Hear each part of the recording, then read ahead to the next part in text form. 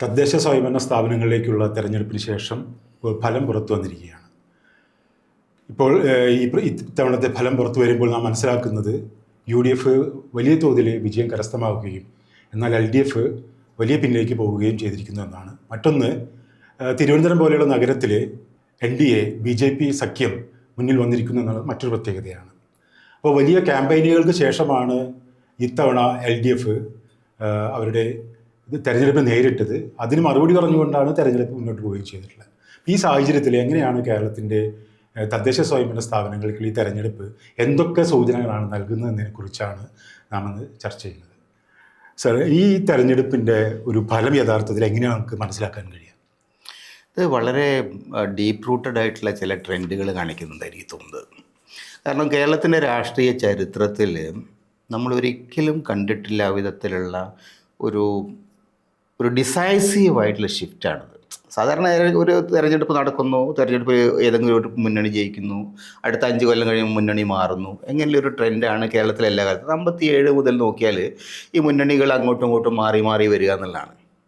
പക്ഷെ അപ്പോഴും കേരളത്തിൽ തദ്ദേശ തെരഞ്ഞെടുപ്പുകൾ 1990-ലുള്ള ഡിസ്ട്രിക്ട് കൗൺസിൽ ഇലക്ഷനിലാണ് ആദ്യമായിട്ട് ഒരു ഓർഗനൈസ്ഡ് ആയിട്ട് വരുന്നത്. അതിന് മുമ്പ് ഇലക്ഷൻ വന്നാൽ വന്നു, വന്നില്ല എന്ന് ഇതിലായിരുന്നു.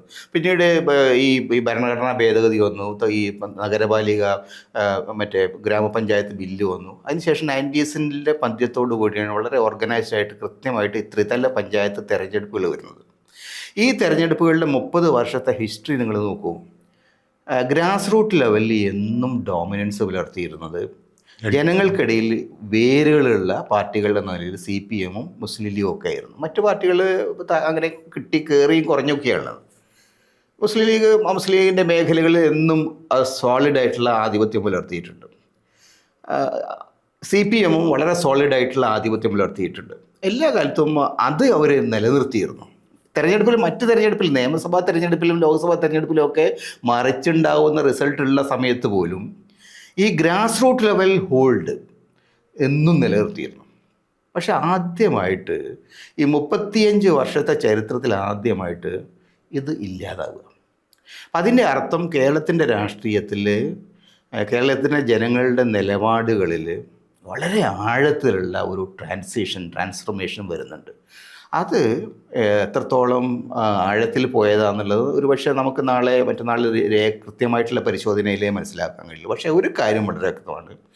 ഇന്ന് വരെ ഇടതുപക്ഷത്തിൻ്റെ രാഷ്ട്രീയ അടിത്തറയായിട്ട് നിലനിന്നിരുന്നത് ഏറ്റവും കീഴെയുള്ള ഏറ്റവും താഴെയുള്ള ജനവിഭാഗങ്ങൾക്കിടയിലുണ്ടായിരുന്ന അവരുടെ ആധിപത്യമാണ്. അത് കർഷക തൊഴിലാളികൾ, മധ്യവർഗക്കാരായിട്ടുള്ള ആളുകൾ, ഇങ്ങനെയുള്ള പിന്നോക്ക സമുദായത്തിൽപ്പെട്ട ആളുകൾ, ഇതായിരുന്നു അവരുടെ അടിസ്ഥാനപരമായ രാഷ്ട്രീയ ശക്തി.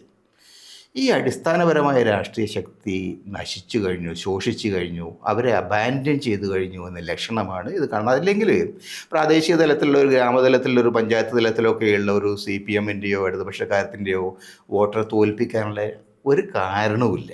പക്ഷേ അവരൊന്നും അങ്ങനെ ഒരു ജനവിരുദ്ധ സ്വഭാവമുള്ള ആളുകളൊന്നുമില്ല. പക്ഷേ they are all ordinary party workers. അങ്ങനെ ഒരു കറപ്റ്റായിട്ടുള്ള ആളുകൾ പോലുമല്ല. പക്ഷേ ആദ്യമായിട്ട് അവരെ റിജക്റ്റ് ചെയ്യണമെങ്കിൽ അതിനുള്ള കാരണങ്ങൾ വൈഡർ പൊളിറ്റിക്കൽ ഇതിനകത്ത് നിങ്ങൾ നോക്കണം. അങ്ങനെ നോക്കിയാൽ എനിക്ക് തോന്നുന്നത് കേരളത്തിലുള്ള ഇന്ന് ഭരിച്ചുകൊണ്ടിരിക്കുന്ന സർക്കാരിനോട്, ആ സർക്കാരിനെ നയിക്കുന്ന പാർട്ടിയോട് ജനങ്ങൾക്കിടയിൽ ഉണ്ടായിരിക്കുന്ന അതിശക്തമായിട്ടുള്ള വിരോധമാണ് ഈ തെരഞ്ഞെടുപ്പിലൂടെ നമുക്ക് കാണാൻ കഴിയുന്നത്. കഴിഞ്ഞൊരു 4 തെരഞ്ഞെടുപ്പ് നോക്കിക്കഴിഞ്ഞാൽ, അതായത് പൊതു തെരഞ്ഞെടുപ്പ് നോക്കിയാൽ, അതിനുശേഷം ഉണ്ടായ നിലമ്പൂർ പോലുള്ള ഉപതെരഞ്ഞെടുപ്പ്, ഇതൊക്കെ എല്ലാ തെരഞ്ഞെടുപ്പും ഉപതെരഞ്ഞെടുപ്പിലടക്കം നോക്കിക്കഴിഞ്ഞാൽ എല്ലാത്തിനെയും ജമാഅത്ത് ഇസ്ലാമിയുമായി ബന്ധപ്പെട്ടുകൊണ്ടാണ് അവരതിനെ നേരിട്ടുള്ള, അതിന് പ്രധാന ക്യാമ്പയിൻ മെറ്റീരിയൽ എന്ന് പറയുന്നത് ജമാഅത്ത് ഇസ്ലാമിയുടെ ഒരു മതരാഷ്ട്രവാദം എന്ന് പറയുന്ന ഇത് ഇപ്പോൾ മലപ്പുറത്തെ ഒരു ഇത് നോക്കിക്കഴിഞ്ഞാൽ അവർ അമ്പെ പരാജയപ്പെട്ടു എന്ന് പറയും മലപ്പുറം ജില്ലയിൽ. അപ്പോൾ ഇത് എന്ത് സൂചനയാണ്, ഈ ക്യാമ്പയിനായി ബന്ധപ്പെട്ടുകൊണ്ട് എന്ത് സൂചനയാണ് നമുക്ക് നൽകുന്നത്? എനിക്ക് 2 തരത്തിലുള്ള സൂചനകൾ അതിൽ കാണുന്നുണ്ട്. അതായത് ആക്ച്വലി നമ്മുടെ നാട്ടിലുള്ള വിഷയങ്ങളിൽ നിന്ന് വളരെ വിട്ട് വളരെ എന്തോ ഒരു തരത്തിലുള്ള വളരെ അസംബന്ധമായിട്ടുള്ള വിഷയങ്ങളിലേക്ക് പോവുക എന്നുള്ളതാണ് ഒന്നാമത്തെ കാര്യം. കാരണം ഈ ജമാഅത്തെ ഇസ്ലാമി കേരളത്തിൽ എത്രയുണ്ട്? നിങ്ങൾ ജമാഅത്തെ ഇസ്ലാമിക്കാരനെ കാണണമെങ്കിൽ തെക്കൻ കേരളത്തിൽ പോയാൽ വളരെ മഷിയിട്ട് നോക്കിയ ഒരു ജമാഅത്തിനെ കാണാൻ പറ്റൂല. അയാളാണ് ഈ രാജ്യം മുഴുക്കെ പിടിച്ചെടുത്ത് ഉക്കുപത്തയിലാക്കി ദൈവരാജ്യം സ്ഥാപിച്ച് ഇന്ത്യയിലുള്ള മുസ്ലിങ്ങളല്ലാത്ത എല്ലാവരെയും ശരിപ്പെടുത്തി കളയും എന്നൊക്കെ പറഞ്ഞാൽ ആളുകൾ ചിരിക്കണോ കരയണോ എന്നുള്ള ഒരു തോന്നലുണ്ടാവും. അതാണ് ഒന്നാമത്. It's totally unrealistic and totally absurd. അതാണ് ഒന്ന്. പൊളിറ്റിക്സിൽ അബ്സർഡിറ്റീസ് എന്ന് പറയുന്നത് ഒരു സ്റ്റേജിനപ്പുറത്തേക്ക് പോയ ആളുകൾ കളിയാക്കാൻ തുടങ്ങും. അതാണ് ഒന്ന്. രണ്ടാമത്തെ ഒരു കാര്യം, ഇത് വളരെ കൃത്യമായിട്ട് 2019 തെരഞ്ഞെടുപ്പിന് ശേഷമാണ് ഈ പ്രവണത, നിങ്ങൾ ഈ പറയുന്ന ഒരു ഇസ്ലാമോഫോബിക് ആയിട്ടുള്ള ഒരു പൊളിറ്റിക്സിൻ്റെ ഒരു അസെൻഡൻസി വരും. അതിന് മുമ്പ് ഈ പറഞ്ഞ BJP-കാരൊക്കെ മാത്രമേ ഇത് നടത്തിയിരുന്നുള്ളൂ. BJP-കാർ എന്നും അങ്ങനെയൊക്കെ തന്നെയാണ്. അവർക്ക് ഈ ഹിന്ദുത്വ രാഷ്ട്രീയം, ഹിന്ദുത്വ വികാരം, രാമലക്ഷ്മണ പതാകകൾ, ഇതൊക്കെയാണ് അവർക്ക് വേറൊരു പൊളിറ്റിക്സ് ഒന്നുമില്ല. പക്ഷേ അത് CPM ഏറ്റെടുത്തുകൊണ്ട് നടക്കുന്നത് ഏതെങ്കിലും ഒരു ഭീകരവാദ പ്രസ്ഥാനക്കാർ ഇവിടെ നാട്ടിൽ ഇങ്ങനെ ചുറ്റിക്കറങ്ങുന്നുള്ളത് 2010 അതുവരെ ഇവരുടെ വോട്ട് മുഴുവൻ വാങ്ങിച്ചുകൊണ്ടിരുന്നത് ഇടതുപക്ഷമാണ്. ജമാഅത്തെ ഇസ്ലാമി ഇടതുപക്ഷത്തിന് വോട്ട് ചെയ്യുന്നതിന് പകരം സ്ഥാനാർത്ഥികൾ നോക്കിയിട്ട് മൊത്തം മൂല്യാധിഷ്ഠിതം, പക്ഷേ മൂല്യത്തിന് മഹാഭൂരിപക്ഷവും ഇടതുപക്ഷത്തിന് അനുകൂലം കിട്ടിയിരുന്നത്. പിന്നെ അല്ലാണ്ട് തന്നെ അവർ അനുകൂലമായിട്ട് എടുത്തിട്ടുണ്ട് പലപ്പോഴും അങ്ങനെ നിലപാട്. അപ്പോൾ ആ ഒരു നിലപാട് മാറ്റാൻ എന്താ കാരണം? 2019 അവർ UDF-ന് അനുകൂലമായി നിലപാടെടുത്തു. കോൺഗ്രസ് ആണ് ഇന്ത്യയിൽ BJP-ക്കെതിരായിട്ടുള്ള അതിശക്തമായിട്ട് ദേശീയ തലത്തിൽ ഒരു ശക്തിയായിട്ടുള്ള ഫോഴ്സായിട്ട് നിൽക്കുന്നത്. അതൊരു റിയാലിറ്റിയാണ്. കാരണം ഈ ബംഗാളിലും ത്രിപുരയിലും കൂടി ഇടതുപക്ഷം തകർന്നതോടുകൂടി ഇടതുപക്ഷം ഒരു ബദലാണ്, സംഘപരിവാര രാഷ്ട്രീയത്തിനെ ചെറുക്കാനുള്ള ശേഷിയുള്ള ഒരു പ്രസ്ഥാനമാണെന്ന് ആരും വിചാരിക്കുന്നില്ല. അപ്പോൾ സ്വാഭാവികമായിട്ടും ഇടതുപക്ഷത്തെ പിന്തുണച്ചുകൊണ്ട് നമുക്കിനി മുമ്പോട്ട് പോകാൻ കഴിയില്ല. കേരളത്തിൽ ഒരു ലോക്സഭയിൽ ഒരു സീറ്റൊക്കെയാണ് ജയിക്കുന്നത്. അങ്ങനെ ഒരു പാർട്ടിയല്ല വേണ്ടത്. സ്വാഭാവികമായിട്ടും കോൺഗ്രസ് ആണ് ഉള്ളതിൽ ഏറ്റവും ശക്തമായിട്ടുള്ളൊരു ഡിഫൻസ് ഇതിനെ സംഘപരിവാരത്തിൽ. അത് അങ്ങനെ ഒരു നിലപാടിലേക്ക് അവരുടെ ബോധ്യത്തിൻ്റെ അടിസ്ഥാനത്തിലാണ് ആ നിലപാട് മാറ്റിയത്. അല്ലാണ്ട് അവർക്ക് അതുകൊണ്ട് എന്തെങ്കിലും കിട്ടിയിട്ടുള്ളതുകൊണ്ടല്ല. അപ്പോൾ അത് മനസ്സിലാക്കിക്കൊണ്ട് അവരുടെ രാഷ്ട്രീയ ബോധ്യത്തിൻ്റെ അടിസ്ഥാനത്തിൽ അവരുടെ സാമുദായികമായിട്ടുള്ള ഒരു അസുരക്ഷിതത്വത്തിൻ്റെ ഒരു സെൻസ് ഓഫ് ഇൻസെക്യൂരിറ്റി ഉണ്ട്. ആ ഇൻസെക്യൂരിറ്റി വളരെ സീരിയസ് ആയിട്ടൊന്നാണെന്ന് മനസ്സിലാക്കി അവരെ ആ മട്ടിൽ കൈകാര്യം ചെയ്യുന്നതിന് പകരം അവരൊരു ശത്രുപക്ഷത്ത് നിർത്തി മഹാമോശക്കാരാണ് ഇവർ ഭീകരവാദികളാണ് എന്നൊക്കെ പറയുമ്പോഴും അത് കേരളത്തിൽ 2 പ്രതികരണങ്ങൾ ഉണ്ടാക്കി. ഒന്ന്, മലബാർ പ്രദേശത്ത് ആ പ്രതികരണം വളരെ റിയലിസ്റ്റിക് ആയിട്ട് മുസ്ലിങ്ങളെ അറിയുന്ന ആളുകളാണ് മലബാറിൽ. മുസ്ലിങ്ങളിൽ അങ്ങനെ ഒരു ഭീകരവാദികളോ രാജ്യശത്രുക്കളോ അയൽവക്കത്തുകാരെ ഉപദ്രവിക്കുന്നവരോ അല്ലാന്ന് അവിടെ എനിക്ക് ജീവിക്കുന്ന എല്ലാവർക്കും അറിയാം. നമ്മളിപ്പോൾ പലരും ജീവിക്കുന്നത് അയൽവക്കത്തുള്ള മുസ്ലിമിൻ്റെ കടയിൽ പോയിട്ടാണ് സാധനം വാങ്ങുന്നത്. അത് കാശില്ലെങ്കിൽ മാസങ്ങളോളം, ആഴ്ചകളോളം, കൊല്ലങ്ങളോളം പോലും പൈസ കൊടുക്കാതെ അവരങ്ങനെയാണത്. ആ ഒരു കമ്മ്യൂണിറ്റികളിലേക്ക് അങ്ങനെ ഒരു സെൻസ് ഓഫ് അങ്ങനത്തെ ഉണ്ട് അവർ. അപ്പോൾ ആ ഒരു സ്ഥലത്ത് നിങ്ങൾക്ക് ഇത് ചിലവാവില്ല. പിന്നെ ചിലവാകുന്ന തിരുവനന്തപുരം പോലെയുള്ള തെക്കൻ കേരളത്തിലൊക്കെ ചില സ്ഥലത്തൊക്കെ ചിലവാകുമായിരിക്കും. കാരണം അവിടെ ഒരു ഹിന്ദു അപ്പർ കാസ്റ്റ് ഒരു ഡോമിനൻസിൻ്റെ ഉണ്ട്, അതിൻ്റെ ഒരു കൾച്ചറലായിട്ടുള്ള ആംബിയൻസ് ഉണ്ട്. പക്ഷെ അവിടെ അതിൻ്റെ ബെനിഫിറ്റ് ഇടതുപക്ഷത്തിന് കിട്ടുന്നത് BJP-ക്കാണ്. കാരണം BJP നേരത്തെ പറഞ്ഞു വന്നതും എന്നാൽ ജനങ്ങൾ പതുക്കെ കുറേയൊക്കെ അതിലുണ്ടാകുമായിരിക്കും. പക്ഷെ ഇപ്പം ഇടതുപക്ഷം പോലത്തെ, അതും മുഖ്യമന്ത്രിയെ പോലുള്ള ആളുകൾ അത് പറയുമ്പോഴേ പീപ്പിൾ ആർ കൺവിൻസ് ഭയങ്കര ഭീകരന്മാരാണ്. അപ്പോൾ ഉടനെ എന്ത് ചെയ്തു? അവർ ചെറുക്കാൻ ഏറ്റവും ശേഷിയുള്ള ആരാ? അവർ ചെറുക്കാൻ ശേഷിയുള്ള ആൾ RSS ആണ്. അതുകൊണ്ട് അവർ കൊടുക്കുക എന്ന നിലയിലേക്ക് നിലപാട് മാറ്റിയിട്ടുണ്ട്. അപ്പോൾ RSS-ന് കേരളത്തിലൊരു ലെജിറ്റിമസി കൊടുക്കുന്നത്, RSS ഇത് കേരളത്തിലെ അല്ലെ ഇന്ത്യയിലെ ഹിന്ദു സമുദായത്തിൻ്റെ രക്ഷകരാണ് എന്നൊരു തോന്നൽ ഉൽപ്പാദിപ്പിക്കുന്നത് ഈ ക്യാമ്പയിനാണ്, വിച്ച് ഈസ് എ ഡേഞ്ചറസ്. കാരണം RSS-കാർ പറയുമ്പം ആളുകൾ 2 സംശയം, ഞങ്ങളാണ് രാജ്യത്തെ ഹിന്ദുക്കളെ പ്രതിരോധിക്കുന്നത് ആളുകൾ മരുന്നത്. പക്ഷേ ഇതല്ല, ഇവർ തന്നെ ഈ തരത്തിലുള്ള നിലപാട് ഇടതുപക്ഷം എടുക്കുമ്പോൾ that gives legitimacy to the RSS and Sangh Parivar campaign, which is a dangerous thing. അതാണ് സംഭവിച്ചിരിക്കുന്നത്. ഈ തെരഞ്ഞെടുപ്പിലെ ഏറ്റവും വേദനാജനകമായിട്ടുള്ള ഇതിൻ്റെ റിസൾട്ടിന് ഏറ്റവും വേദനാജനകമായ എവിഡൻസ് പറയുന്നത് കേരളത്തിൽ പതുക്കെയാണെങ്കിലും സംഘപരിവാരത്തിന് ഒരു ബേസ് ഉണ്ടാക്കി കൊടുക്കുന്നതിൽ പഞ്ചായത്തുകളിൽ അതുപോലെ തന്നെ ഗ്രാമതലങ്ങളിൽ മാത്രമല്ല, പ്രധാനപ്പെട്ട തിരുവനന്തപുരം നഗരം എന്ന് പറയുന്നത് നഗരം മാത്രമല്ലല്ലോ. ആ നഗരം കേരളത്തിൻ്റെ തലസ്ഥാന നഗരിയാണ്. കേരളത്തിൻ്റെ സാംസ്കാരിക രംഗത്ത് വളരെ പ്രധാനപ്പെട്ട ഒരു സ്ഥാനം വഹിക്കുന്നത് അതിൻ്റെ നഗരപിതാവ് ഇനി അങ്ങോട്ടൊരു സംഘപരിവാരക്കാരനായിരിക്കും. ലോകഭവനിൽ ഇപ്പോൾ ഇരിക്കുന്ന ആള് ചങ്ങാതി മറ്റേ ഇത് വെച്ചിട്ടാണ് ഭാരതമാതാവിനെയും പൂജിച്ചുകൊണ്ട് നടക്കുന്ന ആളാണ്. അവിടെ ചെല്ലുന്ന ആളുകൾ മുഴുവൻ ഭാരതമാതാവിന് മുമ്പിൽ കുമ്പിട്ട് കൂടുക, അല്ലെങ്കിൽ അങ്ങോട്ട് കയറാൻ പറ്റില്ല. ഇനിയിപ്പം മേയറും അങ്ങനെ തുടങ്ങിക്കഴിഞ്ഞാൽ നമ്മുടെ നാടിൻ്റെ ഇന്ന് വരെയുള്ള നമ്മുടെ സാംസ്കാരികമായിട്ടുള്ള പശ്ചാത്തലം, മലയാളിയുടെ ഒരു സെക്യുലർ കൾച്ചർ, അതിനെയൊക്കെ ഏറ്റവും കൂടുതൽ എന്താ പറയുക തമാശയാക്കുന്ന, അല്ലെ അതിനെ റിജക്റ്റ് ചെയ്യുന്ന ഒരു അവസ്ഥയിലേക്ക് വരികയാണ്. അത് ആ നിലയ്ക്ക് ഒരു സിംബോളിക്കലി ദിസ് ഇലക്ഷൻ വിജയം, ഈ സംഘപരിവാരത്തിൻ്റെ വിജയം വളരെ ഗുരുതരമായിട്ടുള്ള ലക്ഷണങ്ങളാണെന്ന് ഞാൻ കരുതുന്നത്. ഇലക്ഷനിൽ എവിടെയായിരിക്കും LDF പഴിച്ചിട്ടുണ്ടാവുക? LDF പഴച്ചത് 2-3 ഘടകങ്ങളിലാണ്. ഒന്ന്, അവരുടെ അവകാശവാദങ്ങൾ. അവർ പറഞ്ഞു ഞാൻ ഈ TV-യിലൊക്കെ ഇങ്ങനെ സ്ഥിരമായിട്ട് ഇങ്ങനെ ഈ മെഷീൻ പറയുന്ന മാതിരി ആളുകൾ പറയും. ഇത് നമ്മളിപ്പോൾ ഈ റോബോട്ടുകളെ വെച്ചിട്ട് ഇങ്ങനെ പറയില്ലേ, ഇപ്പം ആ തരത്തിലുള്ള ഒരു പുതിയ കൾച്ചറുണ്ട്, ഭയങ്കര മെഷീനായിട്ട് വരുന്ന രൂപത്തിൽ. അതേമാതിരി CPM ചർച്ചയ്ക്ക് അയക്കുന്ന ആളുകൾ ചിലപ്പോൾ റോബോട്ടുകളാണോ സംശയം. കാരണം അവർ ആക്ച്വലി അത് പ്ലേ ചെയ്യാണ്. അപ്പം നമ്മളെ ജസ്റ്റ് സ്വിച്ച് ഇട്ട് കഴിഞ്ഞാൽ കറന്ന് പറഞ്ഞുകൊണ്ടിരിക്കും. അതേമാതിരിയുള്ള ആളുകളാണ് കുറേ ഉള്ളത്. അപ്പം അവർ പറയുന്നൊന്നും ആളുകൾ ശ്രദ്ധിക്കില്ല. ഞങ്ങൾ അത്ര കൊടുത്തു, ഇത്ര കൊടുത്തു, മറ്റത് കൊടുത്തു, മറിച്ചത് കൊടുത്തു. അതിങ്ങനെ കണക്ക് റീലായിട്ട് വരും. എന്നാൽ കിട്ടിയ ആളുകൾക്ക് അത് ബോധ്യപ്പെടണ്ടേ? നമ്മൾ നാട്ടുകാരെ സംബന്ധിച്ചിടത്തോളം ഇവിടെ കിട്ടുന്ന ആനുകൂല്യം എന്ന് പറഞ്ഞു കഴിഞ്ഞാൽ ഇടയ്ക്ക് പെൻഷനൊക്കെ കിട്ടുന്നുണ്ട്. റേഷൻ കടയിൽ പോയാൽ പലപ്പോഴും 2 കിലോ അരി കിട്ടും. മിക്കവാറും മണ്ണെണ്ണ കിട്ടാറേ ഇല്ല. നേരത്തെ കിട്ടിയിരുന്ന തരത്തിലുള്ള സംഗതികൾ പോലും ഇപ്പം മാവേലി സ്റ്റോറിൽ നിങ്ങൾ ഈ കേരളത്തിൻ്റെ അനുഭവം നോക്കുക. ഇവിടെ ഇപ്പം മാവേലി സ്റ്റോറിൻ്റെ സാധനത്തിൽ എന്തെങ്കിലും കിട്ടാനുണ്ടോ? നേരെ മറിച്ച് ഇതിനു മുമ്പുണ്ടായിരുന്ന LDF സർക്കാരുകൾ, ചന്ദ്രശേഖരൻ നായരൊക്കെ ഉണ്ടായിരുന്ന കാലത്ത് നിങ്ങൾക്ക് മാവേലി സ്റ്റോർ പോയാൽ അത്യാവശ്യം വീട്ടിലേക്ക് വേണ്ട മിക്കവാറും എല്ലാ സാധനം കിട്ടുമായിരുന്നു. ഇതെല്ലാം പൊളിച്ചടുക്കി വെച്ചിരിക്കുന്ന ഒരു സർക്കാരാണ്. ജനക്ഷേമ രംഗത്ത് യഥാർത്ഥത്തിൽ നേരത്തെ ഉണ്ടായിരുന്ന ഇടതുപക്ഷ സർക്കാരുകളുടെ ഒരു വലിയ മുദ്ര ഈ പബ്ലിക് ഡിസ്ട്രിബ്യൂഷൻ സിസ്റ്റമായിരുന്നു.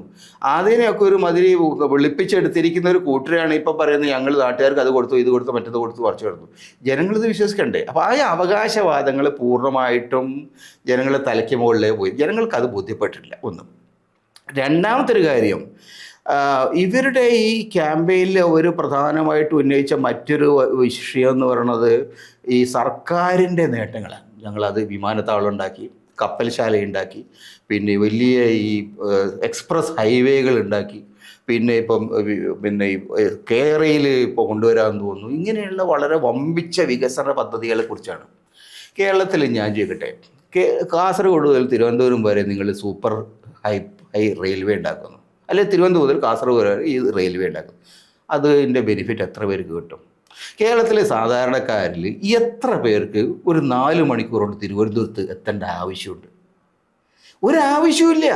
അപ്പം നമ്മൾക്ക് 4 മണിക്കൂർ വരെ 8 മണിക്കൂർ ആയാലും പ്രത്യേകിച്ച് ഒരു സംഭവമില്ല. കോഴിക്കോട്ടുള്ള ഒരാളെ സംബന്ധിച്ചാൽ രാത്രി തീവണ്ടി കയറിയാൽ രാവിലെ അവിടെ എത്തും. അയാൾ രാത്രി 8 മണിക്ക് കയറി 12 മണിക്ക് അടിച്ച് അമ്പാരി റെയിൽവേ സ്റ്റേഷൻ മുമ്പിൽ കറങ്ങി നടക്കാമെന്നല്ലാതെ വേറെ എന്താ ചെയ്യാൻ പറ്റുക?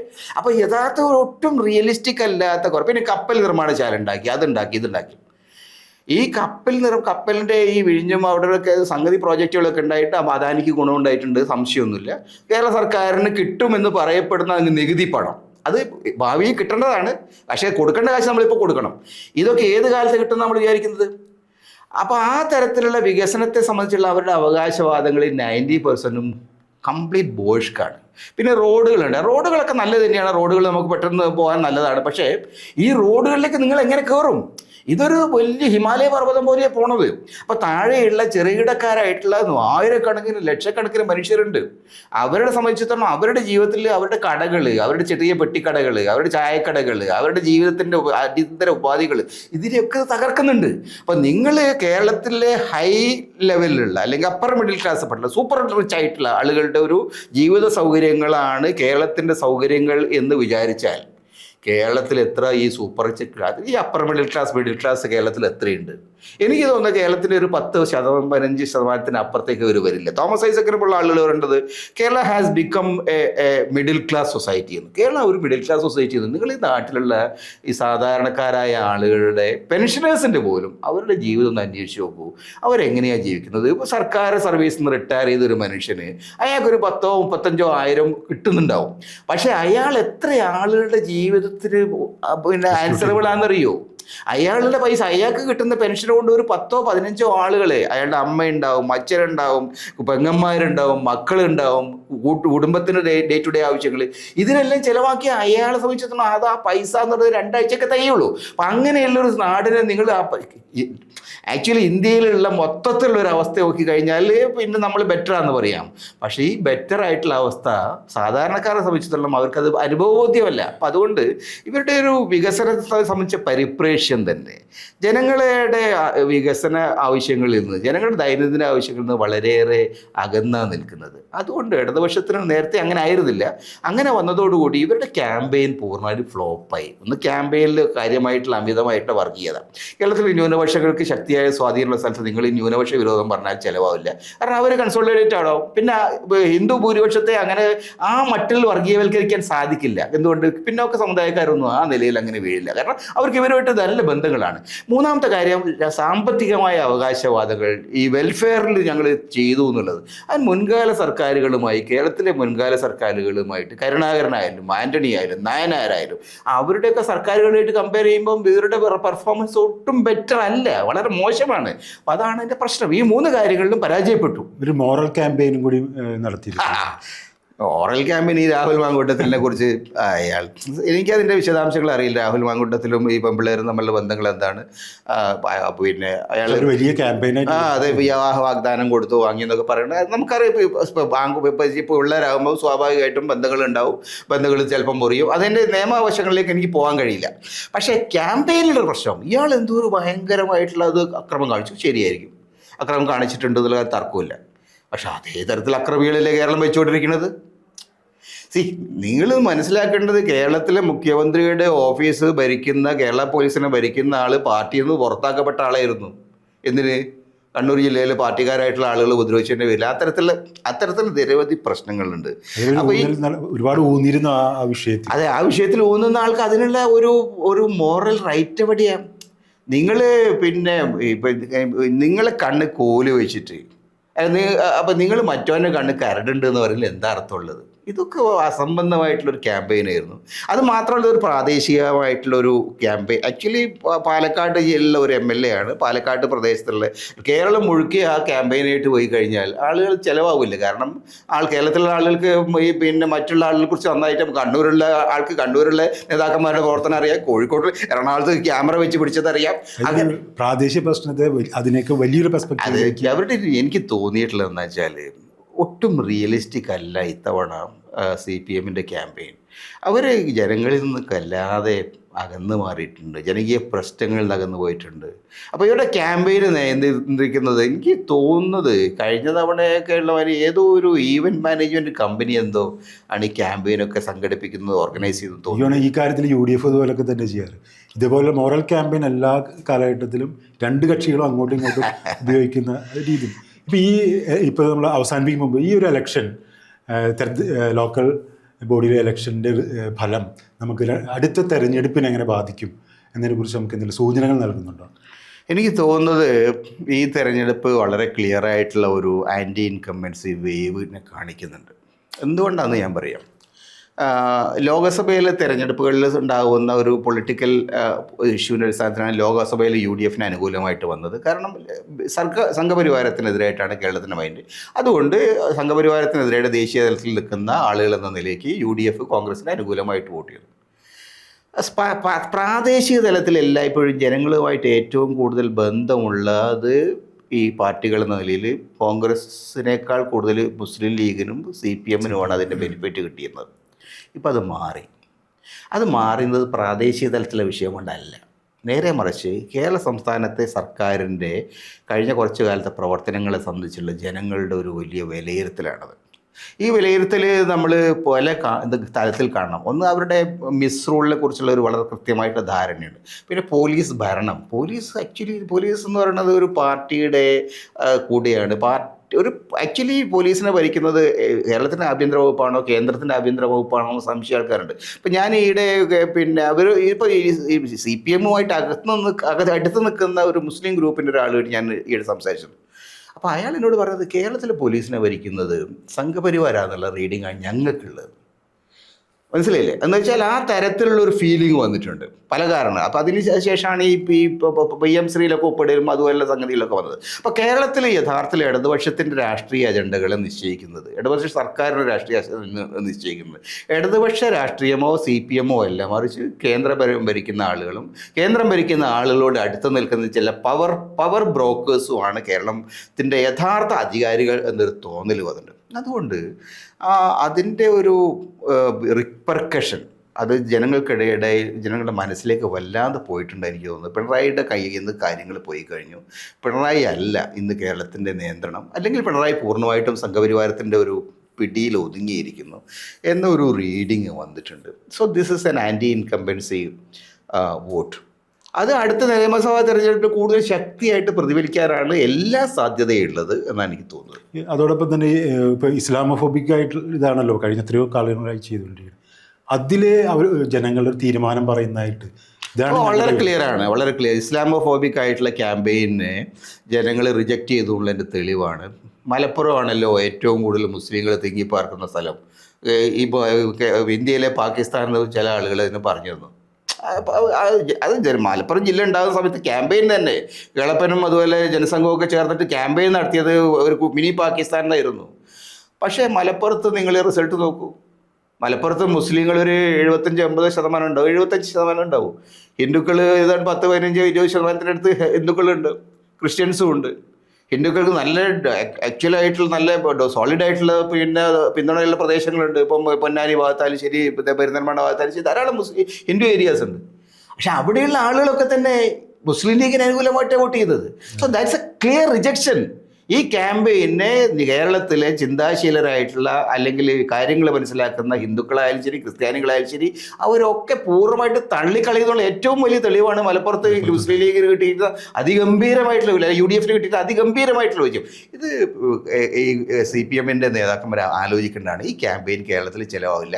കേരളത്തിലെ ന്യൂനപക്ഷങ്ങൾ അതുപോലെ തന്നെ കേരളത്തിലെ ഭൂരിപക്ഷ സമുദായത്തിലെ മഹാഭൂരിപക്ഷ ആളുകളും വളരെ കൃത്യമായിട്ട് നേരെ ചൊവ്വേ ചിന്തിക്കുന്നവരാണ്, നീതിബോധമുള്ളവരാണ് എന്നുള്ള കാര്യമാണ് ഇത് തെളിയിക്കുന്നത്. അപ്പം ഇതും കൂടി ഉണ്ടല്ലോ, അതായത് ഒരു ജാഗ്രത കൂടി വേണ്ടുന്ന സമയമാണ്. കാരണം ചില 25 19 25 BJP സഖ്യത്തിന് കൂടുതലും ഇത് വളരെ ജനങ്ങൾക്ക് ഇത് വളരെ കൃത്യമായിട്ട് ഇത് മനസ്സിലാവുന്നുണ്ട്. BJPയുടെ രാഷ്ട്രീയത്തെ തിരിച്ചറിയുന്ന കൂട്ടരാണ് കേരളത്തിലുള്ള മഹാഭൂരിപക്ഷം വോട്ടർമാരും.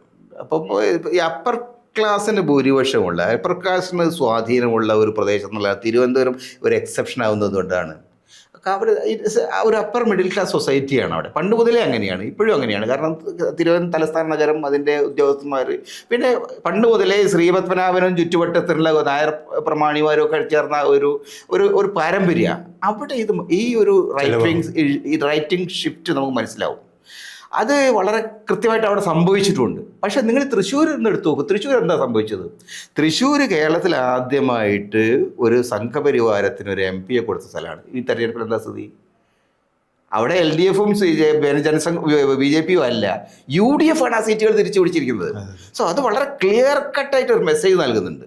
വെച്ചാൽ ജനങ്ങൾ ആരെയാണ് സ്വീകരിക്കുന്നത്? സംഘപരിവാരത്തെ അവർ സ്വീകരിക്കുന്നില്ല. അതേപോലെ തന്നെ LDF-നോട് വളരെ ശക്തമായിട്ടുള്ള പ്രതിഷേധം അവർ പ്രകടിപ്പിക്കുന്നു. ഇതാണ് ഈ തെരഞ്ഞെടുപ്പിൻ്റെ ഒരു മെസ്സേജ് എന്ന് എനിക്ക് തോന്നുന്നു.